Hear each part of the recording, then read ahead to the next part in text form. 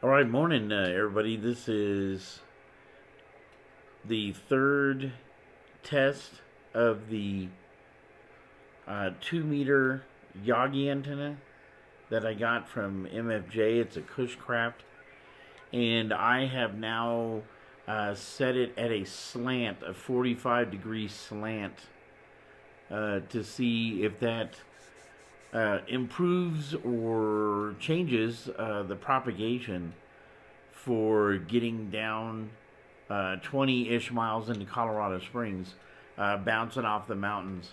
And so we tried it horizontal, and the horizontal nets went really well.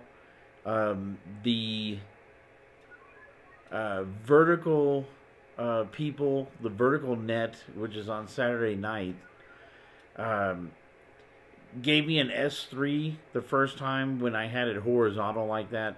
They're all vertical. And so the following week, we tried it vertical Yagi, and got some improvement, a little bit of improvement for the people on the vertical net, but the horizontal people had much more difficulty in hearing me. Signals dropped in relation to that different orientation. And so now I have the antenna slanted at a 45-degree angle and going to see what the propagation is like between the two different types of traffic nets, or not traffic, but radio nets for 2 meter sideband. And so first one up will be the horizontal net at 8 a.m. And then later on tonight, I believe it's 7:30 p.m. will be the vertical net, and then we'll be able to see was there any difference in signal quality between the three different orientations. Um, I'm not sure what to make of it or where to go from there, but that's kind of the idea. So let's see what happens.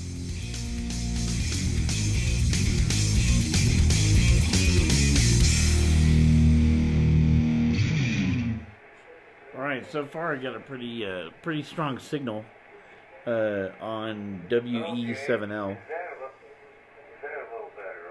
He might be pointing north though, so I know that he's up in the, I believe it's Greeley area, east of Denver.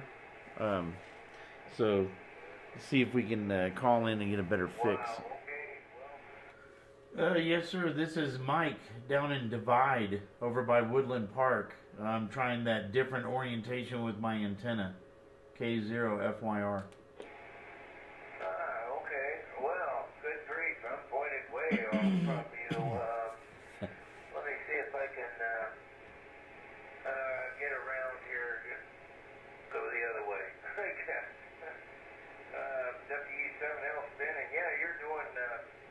You're doing real good coming off the back side of the beam. Let me see if I can work you better off the back side. Just get a little better orientation here. Over. Yeah, Roger. We had talked. It's probably been a couple weeks. I had gotten an antenna from MFJ that I was testing out, and I first did it horizontal, and then I tried vertical, and then I went to Texas for the eclipse and came back, and now I have it slanted at 45 degrees, trying to see different propagation aspects.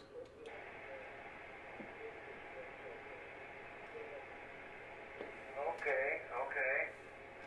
Well, yeah, it's working for you way better than I can reciprocate right now. I'm just trying to find your heading here officially. Well, I didn't get it right. Okay, I gotta retype that in the computer here. WE7L typing. Yes, sir. I'm right off of the northeast end, or the northwest end of Pikes Peak, and so I'm in Divide, uh, Colorado, and it should be DM78KX K0FYR. bouncing off of a peak? Over. Yes, sir. I'm pointing this Yagi into the dead center of Pikes Peak. And so my bearing to Pikes Peak is 146, and then I'm bouncing it off Pikes Peak up to you. Okay, all right. Well, I must be getting the bounce. Let me check to see if anybody else is copying K0FYR down there around Woodland Park. Or he's in the bike, actually. Oh, well, maybe we worked a few weeks ago. Over. Yes, sir. That was the intent, to see how this antenna was working in different orientations, and we worked about 2-ish weeks ago. Oh, Roger, Roger. Okay. Sure. Here, I've got you. Yeah. Okay. You're a fire equipment tech, I believe. Okay, Mike. Let me see if anybody else has got Mike in their Yagi. WE7L. Stand by. Give him a call. K0FYR, W6OAL. Good morning, Mike. Dave here, W6OAL. And Parker Highlands, all the way here in the wilds of Albert County. Big signal, yeah. We were just a whisper when I was looking northwest, but how about an S9 now? Good signal over. Yes, sir. You are the same. You're hitting me S9, and I mean, big, strong signal, no interference or anything. And so, yeah, we talked, I believe, the same about 2 weeks ago or so. And I'm trying this antenna in just different positions to see which one works best on either a horizontal net or a vertical net. There's 2 different ones that are in the area, and so just trying out the different positions. Yeah, well, let's see. I say you're the north corner of Pikes Peak. Yeah, we use Pikes Peak a lot. We're KL7YY and KB0KQI, and probably a few others off of the peak.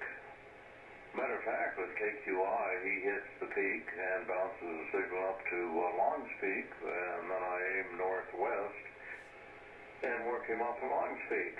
So, thank goodness for our mountains. We're very blessed there, over.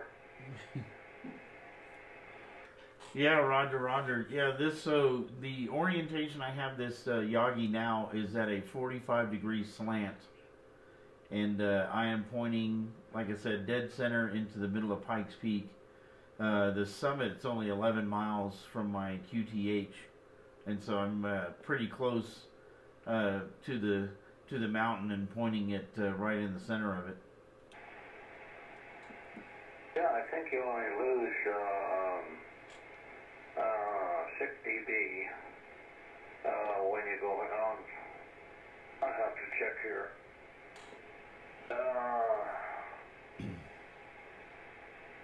What's the cosine of 45 degrees? Oh, that says 9 dB. That's right. Anyway, yeah, you don't lose too much by going 45 degrees. That way, I got a good signal into the repeaters, and also here on sideband. They're over. Yes, sir. I think that's the intent. I'm going to try it out again tonight. There's a net down here, the Village 7 Amateur Radio Club, and I think they do everything vertical. And so I'm going to see how that slant works with them. And that may be the position I just leave it in order to get the best benefit out of it with just the one Yagi. Yeah, well, from what I'm seeing on the estimator here, you don't need too much more antenna. Very nice Q5 signal, and welcome welcome aboard this morning. All right, so I didn't record that, but the doctor, W6OAL Dave, was trying to figure out what the loss is of this antenna at the slant, and so he said that it was 20 log of the cosine of the angle. So did you find the MRF transistor for 1296? Yeah, so 20 log of the cosine of the angle, and so he thinks it's 3 decibels. And I told him, I never took calculus, so I'm gonna have to punch all that in a good calculator to figure that one out. But 3 decibel loss for it being at a 45-degree angle is, I think, totally acceptable. I want to say that this antenna has a gain of at least 7 decibels, and so I'm only losing about a little less than half the gain by having it 45 degree. So that's pretty good, I think. Well, it seemed to do real good in a slant, and so I'm gonna wait until tonight. This was the 8 a.m. Saturday morning beam spinners net. Tonight will be the Village 7 Amateur Radio Club 2-meter sideband net, and they go vertical. And so difference between the two, let's see how that goes. And then we'll know which way we ought to leave this antenna. All right, so getting ready to do the second net with my antenna in the slant position. And so, not sure if you can see that. There it is. So it is at a slant. I set that up earlier today. So, gonna do this. This is the Village 7 Amateur Radio Club. They're kind of east of Colorado Springs. And they are all vertically polarized. Gonna try to see what kind of difference that makes with them vertically polarized and me at a slant. When I was horizontal, the very first test that happened with the first video you saw, they were giving me like S3s and stuff, clear copy but a S3. When I switched to vertical slant the following Saturday, I was still getting maybe S3 to S5 signal, so it didn't seem to make much of a difference going vertical compared to horizontal. Now at a 45-degree slant, we'll see if it's any better or worse. And I'm going to try to leave it like this to do the net on Monday night where everybody there is horizontal. And so I have not done a full slant with everybody at horizontal. That'll probably happen on Monday. And so this is just basically seeing how does the slant affect people that are vertically polarized, and am I getting a different signal quality that way? So this net should start in roughly about 4 minutes, and so I will pause the video until then and then see how it goes. So he's in the center of Colorado Springs, and I'm way over here.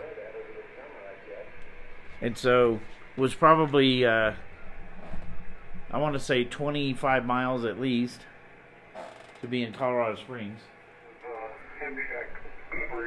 He's louder, but he's still barely tickling the S meter compared to those people this morning, the beam spinners. So I'm getting him at an S1. That's the most he's registering, S1. I did turn up the speaker just a little bit, and the radio's up a little bit. So trying to break up the video so I don't record a lot of dead time. So for editing purposes, I'm cutting in and out. So most of these people on their vertical orientation, I can hear what they're saying. Like, actually, every word. But they are not tickling that S meter at all. Like even this one, this LDG meter this morning on the beam spinners was pegged on some of those people. And here, I can hear them, but I'm not getting much power from them.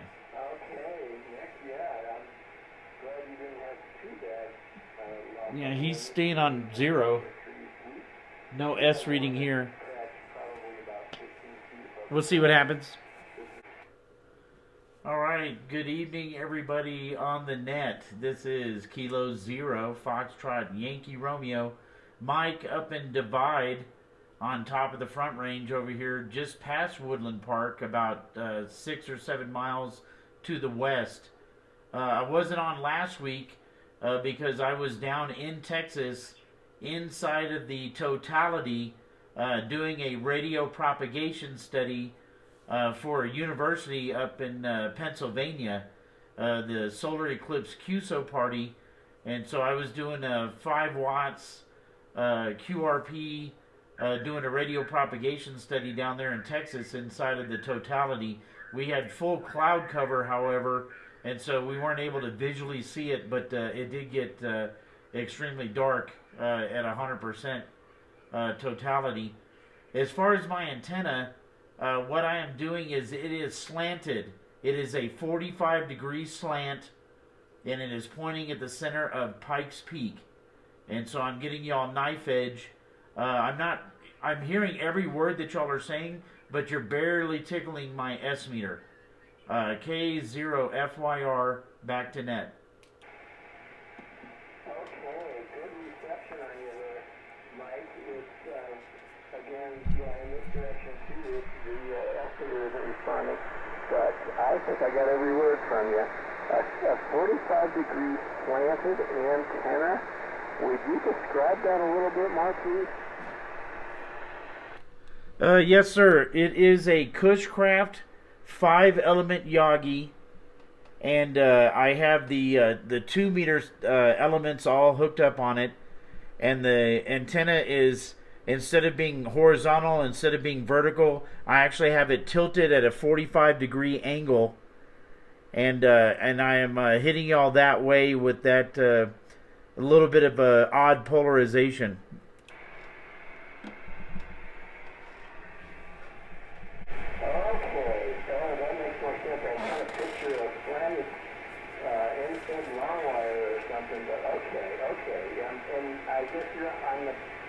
Would that put you on the backside of Pikes Peak? You're going right there, going to the mountain? Yes, sir. I am northwest of Pikes Peak, about 11 miles from the summit. And so I am between Woodland Park and Florissant on the backside of Pikes Peak. Wow, cool. Well, it's working. It's working. What you're doing is working out well enough for us to hear you down here. And so I'm really glad that you checked in tonight. And, of course, you're welcome to the meeting that's coming up in a couple of weeks, too. You came with the March meeting, I'm pretty sure, and we'll have a corresponding April meeting. I'd like to see you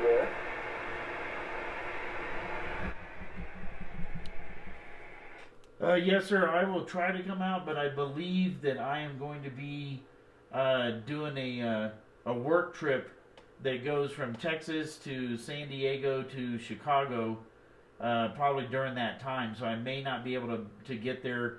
Do you know what the date is? Looks like, from this calendar here, looks like it will be the 27th. It will be the fourth Saturday of April.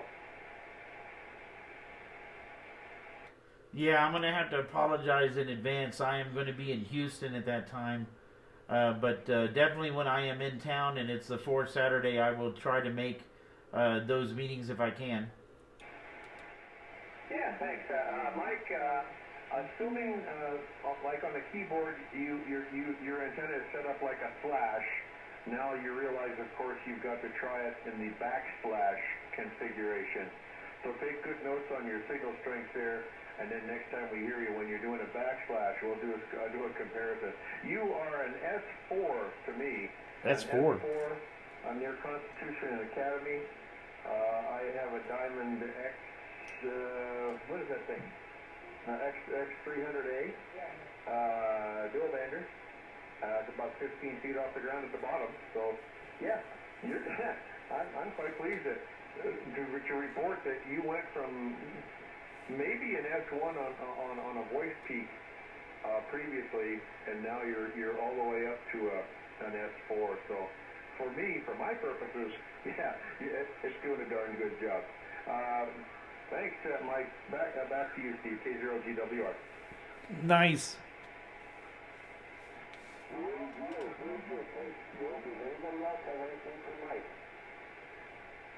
KQI. Yeah, Mike, just want to let you know, kind of interesting, had you S3 this morning on the beam spinners and have you S5 tonight. Kind of interesting. I'm kind of assuming you aren't doing anything different, but it just must be different conditions. Over. Yeah, thanks, Gil and Dave. Yeah, I did not do anything different from this morning, so it must just be different conditions, I would assume. Yeah, just kind of interesting. Yeah, you're peaking at S6, so it's twice the signal as it was this morning. It never ceases to amaze you how much you scratch your head over VHF, especially here in Colorado. Over. Yes, sir. You're actually the strongest of anybody I've heard so far. You're hitting me like S7 for sure, and it's almost like we're talking right next door to each other. Yeah, and that's kind of interesting because I'm also pointing at the peak, but yeah, I've got 13 elements pointing a laser beam near you anyway.